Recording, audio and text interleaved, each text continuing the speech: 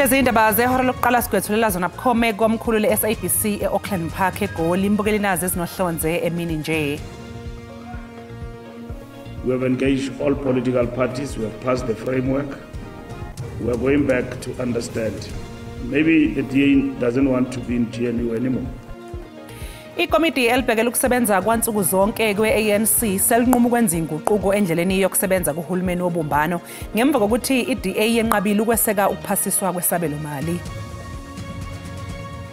The company in question inaccurately presented its capabilities during the registration phase. Ungqongqoshe wezokuhlaliswa kwabantu uThembi Simelane wethule umbiko mayelana nokubhidlika kwesakhiwo saseGeorge eWestern Cape nokwadlula nabantu abangama-34 ngoNhlaba wanyakenye. We are releasing in 2 seconds 800,000 litres just to ensure that the dam is not overflowing. Ungqongqoshe wezamanzi nenhlanzeko uPhemi Majodina uhambele edamini iVal eyohlola isimo sengqalazinda ngemva kwembiko yokugcwala ngokweqile kwaleli damu nokholele ekutheni izakhamuzi ezisondelene nalo zikhishwe endlini. Mbukeli sikubingelele sikwamukele eindabeni zasemini enizethulelwa uNoxolo uMamtshali wakwaMwali.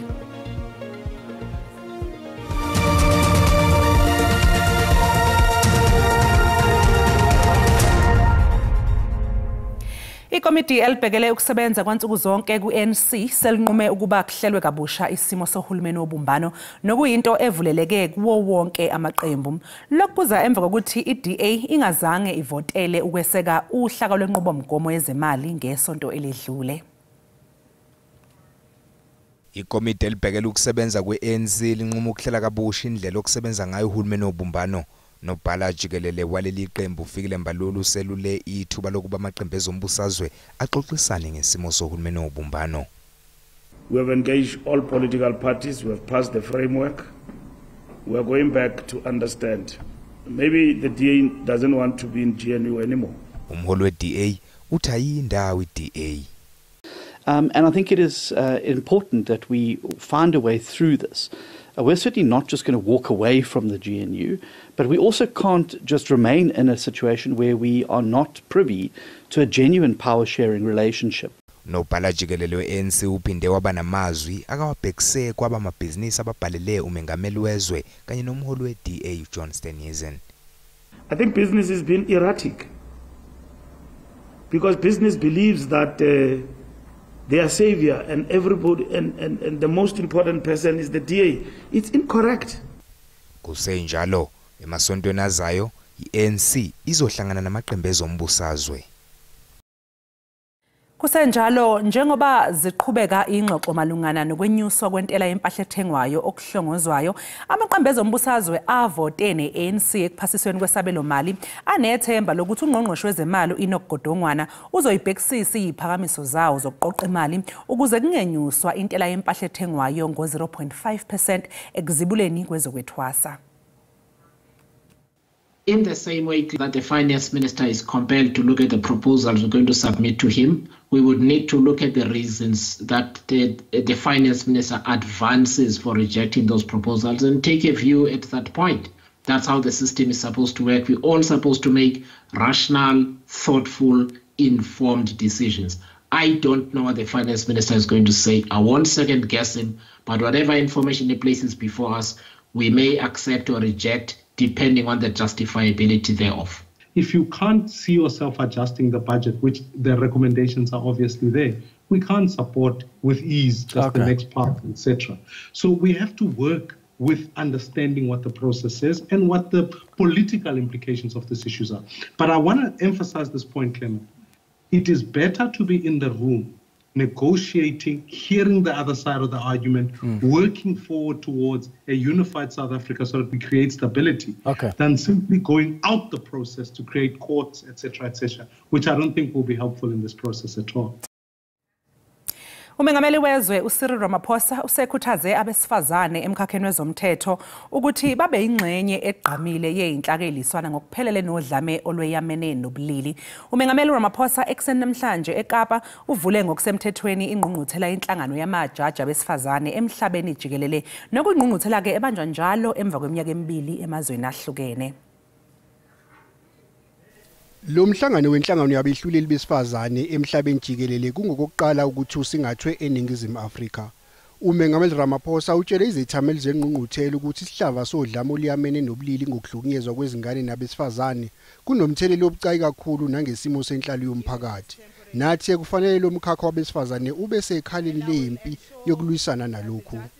We know that gender-based violence doesn't in itself happen in a vacuum.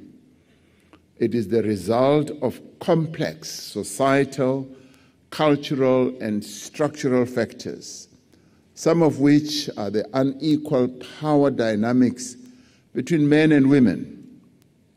Maqondana noguquko emkhakheni wezomthetho eNingizimu Afrika, umengameli Ramaphosa uthe kuyakhuthaza ukubona ukwanda kwamajaji abesifazane ekhuphukele ezikhundleni eziphakeme. Le ngqungquthela yenzeka lapho ilakuleli selinenhloko yabehluleli yokuqala yowesifazane ijaji uMandisa Maya. As South Africa, we have come a long way from a time when the bench had only 3 black male judges during and towards the end of the apartheid era. Today, approximately 48% of judges in our superior court are female. Le ngqungquthela eqhubeka eCape Town International Convention Centre izophothulwa ngoMgqibelo. Ungqongqoshe wezokuhlaliswa kwabantu uThembi Simelane udalule okushaqisayo ngophenyo mayelana nokubhidlika kwesakhiwo saseGeorge Western Cape ngoNhlaba nyakenye. Ethula umbiko ngalenhlekelele uSimelane udalule ukuthi kwaba nobudedengu ngomsebenzi wokwakha, ukuqashwa kwezisebenzi engenazi iziqu ezifanele kanye nokwehluleka ukulandela imigomo yezokuphepha. Umbiko wokuqala malungana nokubhidlika kwesakhiwo saseGeorge uveze ukuthi kwaba nobudedengu ngohlelo lokwakha. Ungqongqoshe wezokuhlaliswa kwabantu uThembi Simelane uthi inkampani yabe iqashelwe ukwakha yasenga ezimithiyo ngeminye imininingwane emqoka. The company in question inaccurately presented its capabilities during the registration phase. Amongst other things, it failed to declare its intention to construct a multi-story building. This omission, by its very nature, breached the NHBR policies, which require transparency regarding a home builder intended project scope with regard to the test of the technical capacity as to whether as an entity or a company are you able to build. Umbiko uphinde waveza ukuthi izisebenzi ezabe ziqashelwe ukwakha zabe zingenazo iziqu ezifanele. There were gaps in the competency of key personnel. This included unqualified personnel who lacked formal qualifications in engineering or quantity surveying. And they were playing critical roles in areas such as inspection. And if you are not qualified, you really won't even know what to inspect. And that's one of the reasons which led to the problems that subsequently befell the George building. Ezinye izikhulu ze-NHBRC sezimisiwe emsebenzini njengoba kuqhubeka uphenyo. Ungqongqoshe uSimelane uthi uma umbiko wokugcina uqinisekisa ukwephulwa kwezomthetho, umnyango wakhe ngeke unanaze ukuthatha izinyathelo. Ungqongqoshe wezamanzi nenhlanzeko uPhemi Majordina nephini lakhe uDavid Mahlobo bahambele edamini iVal beyohlola isimo sengqalazizinda kulandela imbiko yokugcwala ngokweqile kwaleli damu ekuqaleni kwaleli sonto nokholele ekutheni izakhamuzi ezisondelene nalo zikhishwe endlini. We are here to oversight the capacity of this dam. This morning we are standing at 114 in terms of water capacity, and we are releasing in 2 seconds 800,000 liters just to ensure that the dam is not overflowing. I know that the media will say, if we have this much, why are people not having water downstream? The issue of bulk water supply, there is no challenge about that. We are trying to manage water supply in terms of reticulation up to the tap by municipalities. There is no crisis in terms of water resource and bulk water supply. As much as these rains are falling at this are falling in this capacity, they are going to be drowned. They are going to be washed away, and they know that it is against the law for them to encroach on the flood line, and want to request them by now to move away from the flood line. Secondly, want to make a plea to the churches. We are not against any ritual of the church baptismal, but now it is very dangerous as they prepare for their Easter services. They must please stay away from these rivers. Mbukelo manje sathi qu eyitolo kanti uma ngabe sibuya sokuphathela uWT. Amandla obukhosi kaZulu asekelwe ekuzithibeni, ekubeni nombono kanye nasebunyeni. Abantwana basendlunkulu kaZulu bafuna kuphenjwe ukuthula nokuthethelana amanzi endlunkulu yobukhosi bakwaZulu ngemva kokusabalala kwenkulumo eqoshiwe yesilomo isizulu kaZwelithini einkundleni zokuxhumana sikhuluma amagama alumelayo.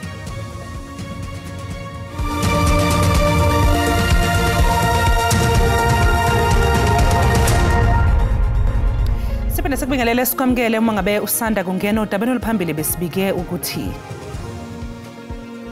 ikomiti elibhekele ukusebenza kwansuku zonke kwe-ANC selinquma ukwenza inguquko endleleni yokusebenza kuhulumeni wobumbano ngemva kokuthi i-DA yenqabile ukweseka ukuphasiswa kwesabelo mali.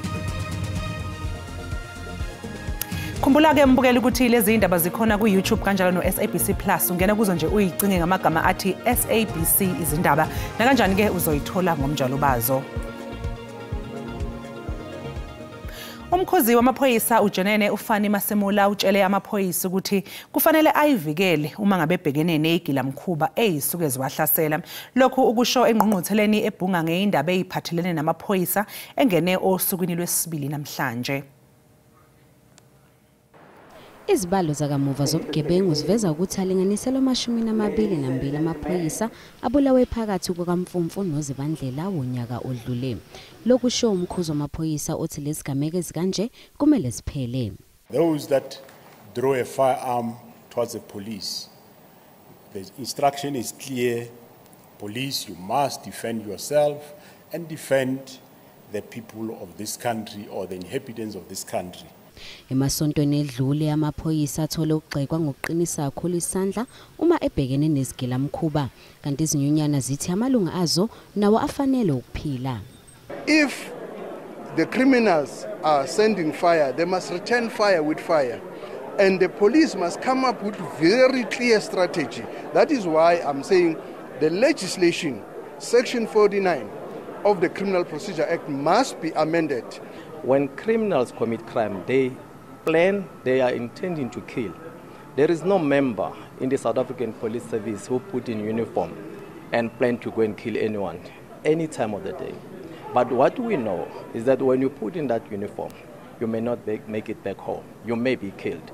Isithunywa esisamelele engqungquthela amaphoyisa ezinsuku ezintathu zinethemba lokuthi kuzotholakala izindlela ezintsha zokwenza umsebenzi wamaphoyisa uphephe.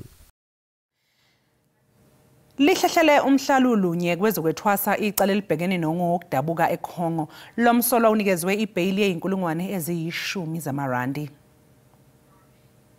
Lihlehlele umhlazi inhlanu kulenyanga ezokwethwasa icala elibhekene nokudabuka eKhongo nokuwesilisa oneminyaka engama-40 nomuvo obhekene namacala afaka phakathi ukushaya kanye nokushaya ngenhloso yokulimaza. Kanti ke namhlanje ubezile la enkantolo ezesiqu njengoba ke umehluleli bekade ke ekhipha ke isinqumo sokuthi ke ingabe uyanikezwa yini bail noma cha. Sekuwumlando ke embukelo wendaba ze-SABC ukuthi lo ongokudabuka eKhongo nokuthiwa ke uyabandakanyeka isigamekweni esenzeka eZanzo la kwabonakala khona ivideo eyasabalala einkundleni zokuxhumana kwabonakala abantu ke kungathi ke bayahlukunyezwa manje ke mbukeli wendaba ze-SABC usenikeziwe ke ibhayili kanti ke unikezwe ibhayili eyinkulungwane eziyishumi zamarandi ke ube esenikezwa ke imbandela ke eqinile yokuthi ke abike ekamla amaphoyisa laseSunnyside kathathu ngosuku mehluleli uchazile ke ukuthi ke ubufakazi obulethwe umbuso kuleli cala buntekenteke kakhulu washo ke ukuthi ke lo wesilisa kumele ke ayithole ibhayili echaza wathi ke lo owumsolwa akakaze ke aboshwe akanalo ke irecord lobugebengu futhi ke njengoba enalamaphepha okumele aphelelwe isikhathi ngoJuly lokho kusho ukuthi ke amaphepha anawo njengamanje amaphepha esemthethweni wathi akaboni ukuthi ke umuntu ke ongakwazi ukuthi ke abalekele leli cala igama lami uCalvin wakwadludla eindabeni ze-SABC ngibika ngisepitoli. Inkantolo ephakeme yase-Western Cape ehleli eSaldanha Bay iyaqhubeka nokulalela isicelo sabasolwa ababili abakhala ngokuthi bashaywa ukuze bavume icala nyakenye kwelokuthunjwa kwentombazanyana uJoshlyn Smith. Ufakazi wombuso uKapteni Sekoino phakathi kwamaphoyisa yebhala izitatimende ezifungelwe ukuthi wabahindela abasolwa amalungelo abo ngaphambi kokuba abhale phansi izitatimende. Ummeli womsolwa wesibili uyakuphikisa lokhu okusho ufakazi wombuso. Didn't explain to my client that he has a right not to be compelled to give evidence or statement. My lord, soos ek gister getuig het, as I testified yesterday, ek het vir hom gesê hy het om stil te bly. I inform him he's got a right to remain silent. En dit behels ook die feit dat hy nie vir my enige iets gesê of antwoord nie. And that entails that he doesn't have to inform me anything. Omunye ufakazi wombuso wesibili ubuzwe ngevideo eyaqoshwa ngesikhathi eqhubeka nokubhala istatement esifungelwe kumsolwa wesibili. Ummeli womsolwa uphawule ngokuthi umsolwa wayevele engekho esimweni esihle ngendlela ayihamba ngayo. In your observation of my client as he walks in, would you be in a position to explain the manner in which he was walking? My lord, honestly at that time I didn't notice anything or became concerned about something at that time, my lord. Leli cala liyaqhubeka. Amazinyane esilo esebuza uGoodwill Zwelithini afuna kuphenjwe ukuthula nokuthelelana amanzi endlunkulu yobukhosi bakwaZulu. Kamuva nje kusanda kusabalala inkulumo eqoshiwe esilo uMisuzu lukaZwelithini einkundleni zokuxhumana sikhuluma amagama alumelayo kudade wabo umntwana uNomkhosi. Ukujuka kwenkulumo eqoshiwe egcinisa isabelo ezinkundleni zokuxhumana kushaqise abantu abaningi. Indlunkulu ibisibiza umhlangano ophuthumayo ukuzodingida lolu daba. Isilo sakhipha istatement ngalomsindo oqoshiwe sathi waqoshwa ngaphandle kwemvumo yaso. Saphinda sacela ukuthi umndeni unikwe ithuba lokuxazulula izimo esibhekene nazo. Bantwana balamane nesilo sebephumela obala ngalolu daba. Umntwana uNtando wesizwe Zulu ekhulumela abanye abantwana uxwayise ngokuthi uqhekeko luthunaza ubukhosi. Amandla obukhosi kaZulu asekelwe ekuzithibeni, ekubeni nombono kanye nasebunyeni, hayi ekulweni nokungahloniphani.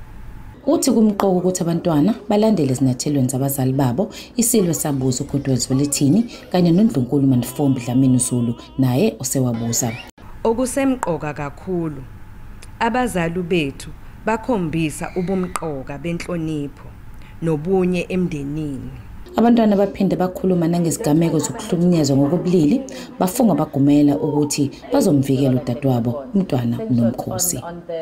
Ngeke sathandabuza ukuvikela udadewethu kanye nanoma yimuphi umuntu wesifazane ekuhlukunyezweni yinoma yimuphi umuntu wesilisa.